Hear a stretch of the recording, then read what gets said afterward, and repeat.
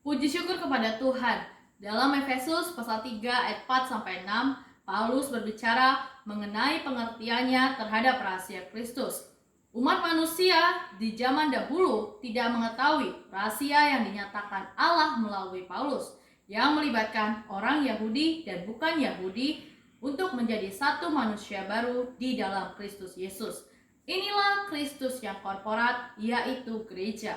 Gereja mengacu kepada satu manusia baru. Saudara-saudari, setiap orang di dalam Adam bukan hanya seorang dosa di hadapan Allah, tetapi juga sebagai seorang manusia lama.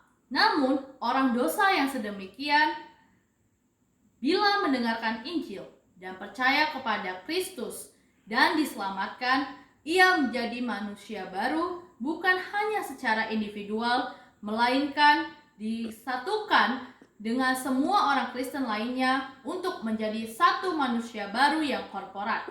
Efesus pasal 1 membicarakan gereja sebagai tubuh Kristus. Efesus pasal 2 membicarakan gereja sebagai manusia baru.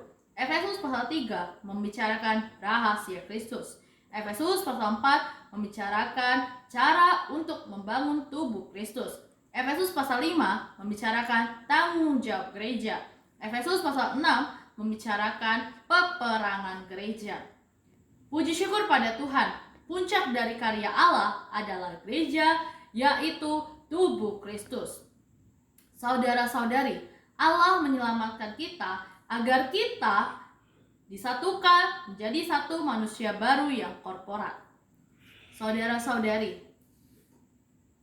satu kekurangan orang Kristen hari ini adalah setiap orang ingin menjadi orang Kristen yang individu.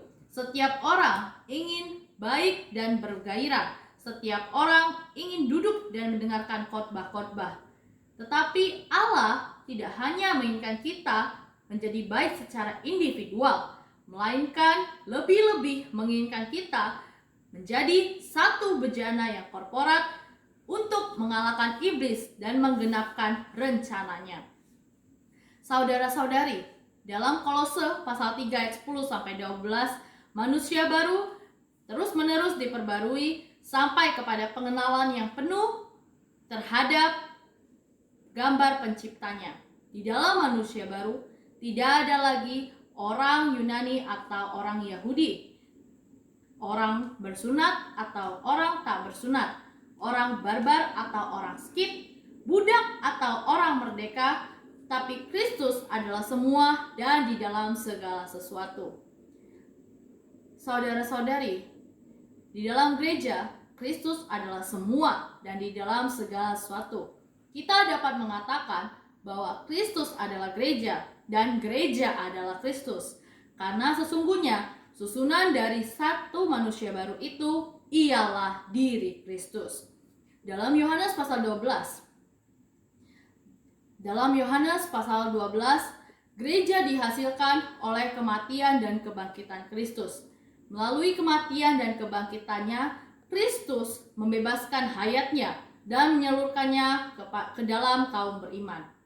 Saudara-saudari, segala sesuatu yang terpisah atau di luar Kristus itu bukanlah gereja. Karena hanya ada satu hal di dalam orang Kristen hari ini yang dapat menjadi bagian dalam gereja, yaitu Kristus yang di dalam kita. Saudara-saudari, kita perlu Kristus sebagai hayat kita agar kita bisa menjadi gereja, yaitu satu manusia baru yang korporat. Haleluya! Tuhan Yesus memberkati.